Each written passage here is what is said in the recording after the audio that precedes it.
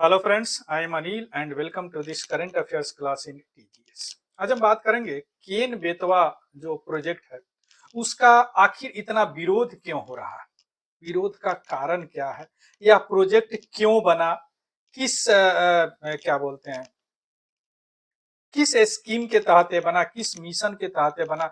ये सारी चीजें हम एक एक करके समझने का प्रयास करते हैं। क्या केन बेतवा प्रोजेक्ट, याद रखिएगा, केन बेतवा प्रोजेक्ट। चलिए, तो चलिए सबसे पहले शुरू करते हैं इसके कॉन्टेक्स्ट से। अगर हम बात करें कॉन्टेक्स्ट की, यानी बैकग्राउंड और कॉन्टेक्स्ट, तो यह प्रोटेस्ट जो है लोकल जो भी एक्टिविस्ट थे, जो एक संस्था का नाम है जय किसान संगठन, है ना, इनके जो एक्टिविस्ट थे उन्होंने प्रोटेस्ट किया था। और ट्राइबल जो रेसिडेंस है कुप्पी विलेज जो छतरपुर एमपी में है, वहां के कुछ लोग प्रोटेस्ट कर रहे थे। अगर पुलिस द्वारा, हालांकि पुलिस द्वारा उनको हटा दिया गया है ना। अब इनका जो एक्टिविस्ट जो है, इनका मेन जो डिमांड है कि यह कंपनसेशन पैकेज को लेके और ट्राइबल कंसेंट को लेके, जो भी वहां पे आदिवासी रहते हैं उनका कंसेंट नहीं लिया गया, उनका मंजूरी नहीं लिया गया इस प्रोजेक्ट के तहत, केन बेतवा प्रोजेक्ट। अभी हम आ रहे हैं वो एक्चुअली होता है। और इस प्रोजेक्ट का जो कीमत टोटल है 44,000 करोड़ रुपए, जो केन बेतवा, ये दोनों नदी का नाम है, अभी हम आ रहा है। केन बेतवा लिंक प्रोजेक्ट है जो भारत का पहला रिवर लिंकिंग प्रोजेक्ट है, याद रखिएगा, है ना। That's why right now we are discussing in the current affairs. इसका जो फाउंडेशन है दिया जा चुका है दिसंबर 2024 में, खजुराहो में दिया गया, जो एमपी में है, प्राइम मिनिस्टर नरेंद्र मोदी जी द्वारा। सो that is the background and context of this. Clear, background and context of this. अब हम बात करते हैं कि आखिर Ken Betwa river linking project है क्या।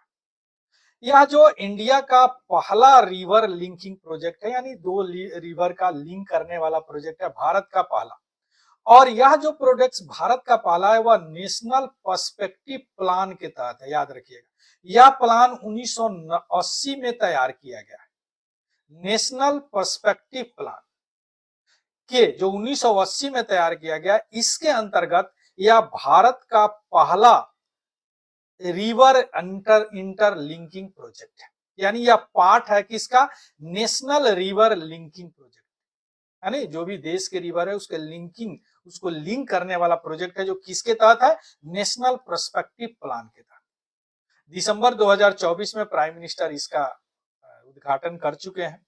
और इसका मेन एम क्या है, जो केन रिवर है ना, यानी केन रिवर से जो पानी है उसको बेतवा रिवर में भेजना, बेतवा रिवर।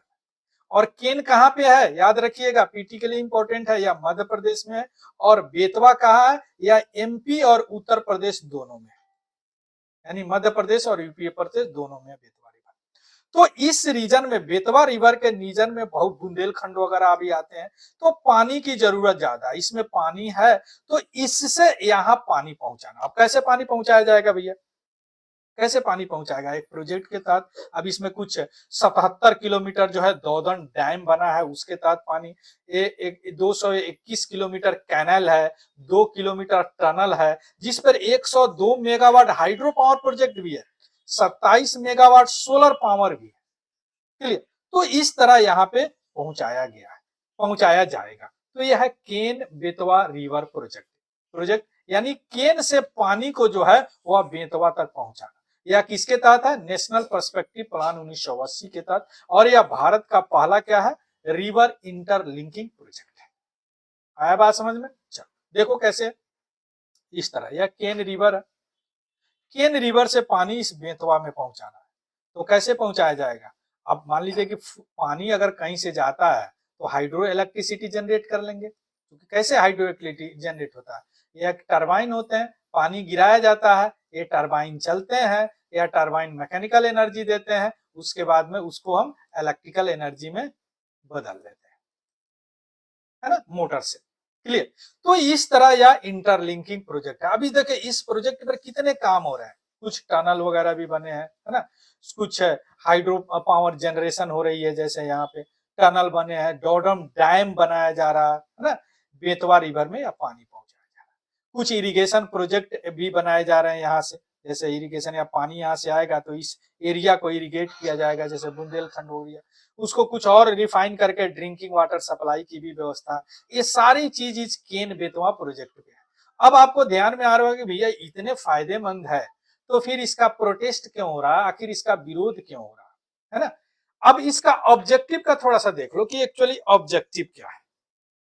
अभी आपने देखा ऑब्जेक्टिव क्या है, 10.6 लाख हेक्टेयर भूमि को या इरिगेट करेगा यानी सिंचाई देगा, ड्रिंकिंग वाटर प्रोवाइड कराएगा अराउंड 44 लाख पीपल्स को, और इससे बेनिफिट होंगे 62 लाख आदमी जो 10 डिस्ट्रिक्ट में मध्य प्रदेश और उत्तर प्रदेश में इंक्लूडिंग बुंदेलखंड।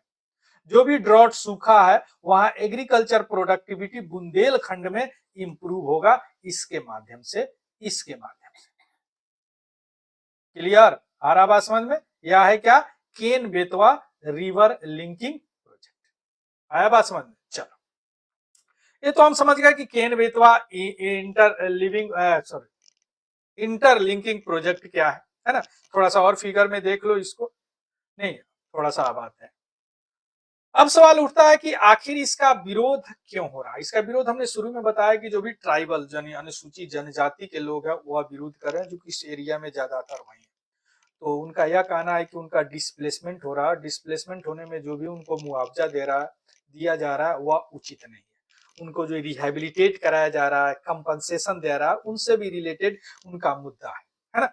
इसके अलावा जो ग्राम सभा इरेगुलरिटी है, जैसे वहां पे पेशा है, क्योंकि ग्राम सभा को कुछ अलग से पावर दिए जाते हैं इन द पेशा एक्ट के तहत, ग्राम पंचायत को उनका विकास कर सके, तो उसमें भी इरेगुलरिटी उन लोगों को लगता है, वहां भी अच्छी तरह व्यवस्था नहीं है, जिसके कारण वो लोग प्रोटेस्ट कर रहे हैं, है ना। तो ट्राइबल क्यों प्रोटेस्ट कर रहे हैं थोड़ा सा समझो यहाँ पे।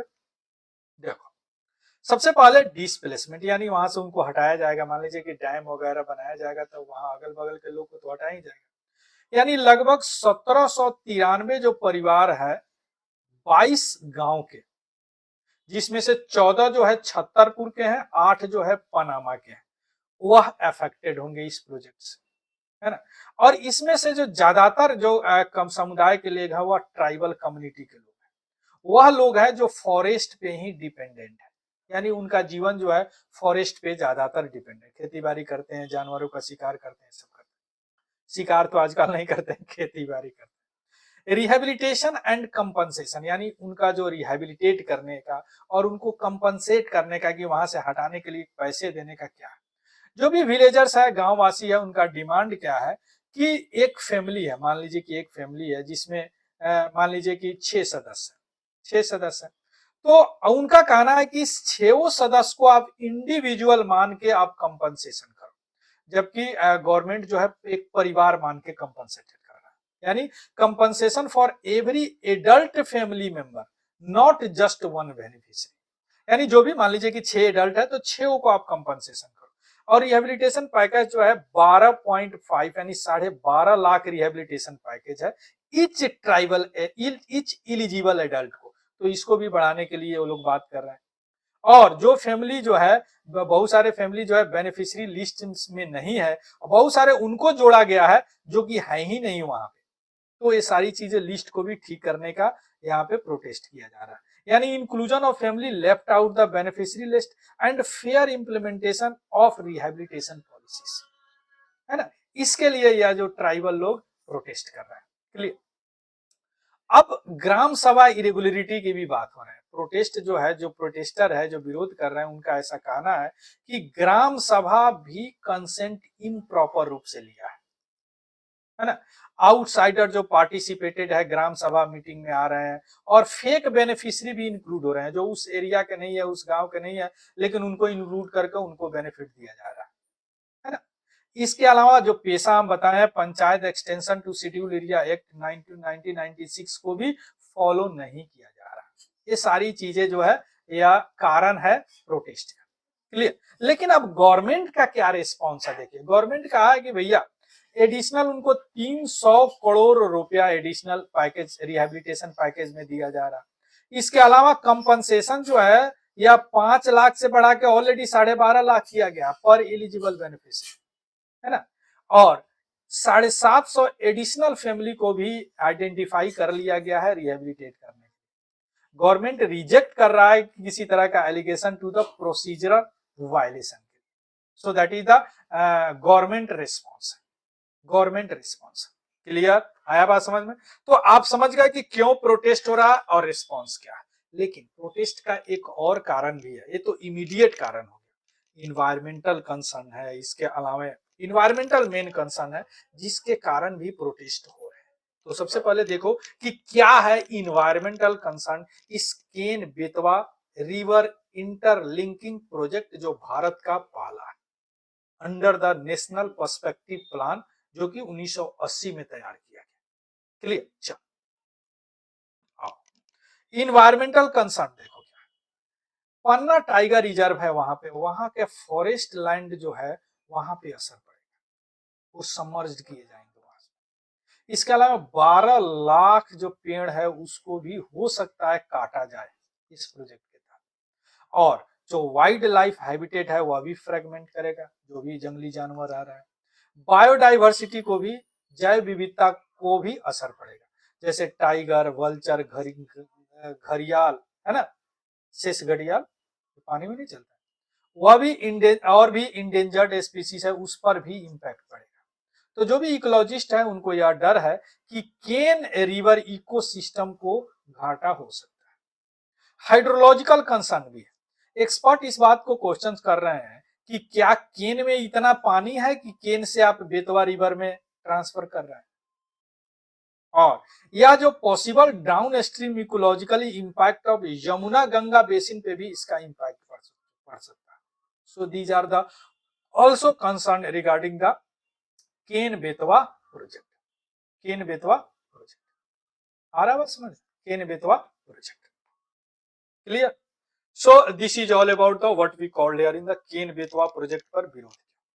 तो अगर यूपीएससी अगर बीपीएससी का प्रिपरेशन कर रहे हैं और आपको मेंटरशिप चाहिए तो केएसजी एक मेंटरशिप चला रही, that is KSG mentorship programme TMP, उसमें इनरोल हो सकते हैं। इसके डिस्क्रिप्शन में लिंक होगा, या पर्सनलाइज स्टडी प्लान आपको देगा, डेली अकाउंटेबिलिटी, आंसर राइटिंग, जो भी जरूरत है, करंट अफेयर्स को करंट अफेयर सिंकिंग सिखाएगा with the issue, with the keyword of the syllabus, है ना, और एक अकाउंटेबल आपको बनाएगा। नॉट ओनली द यूपीएससी, अगर बीपीएससी का भी आप प्रिपरेशन कर रहे हैं तो उसका भी आपको, या टीएमपी प्रोग्राम चल रहा है यानी टीजीएस मेंटरशिप प्रोग्राम।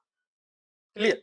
तो अगर इंफॉर्मेटिव लगा हो, कुछ सीखा हो यहाँ पे तो प्लीज लाइक शेयर तो करना ही, और अभी तक अगर सब्सक्राइब नहीं किया तो सब्सक्राइब भी जरूर कर लेना। So thank you, have a good day and happy learning. Thank you very very very much.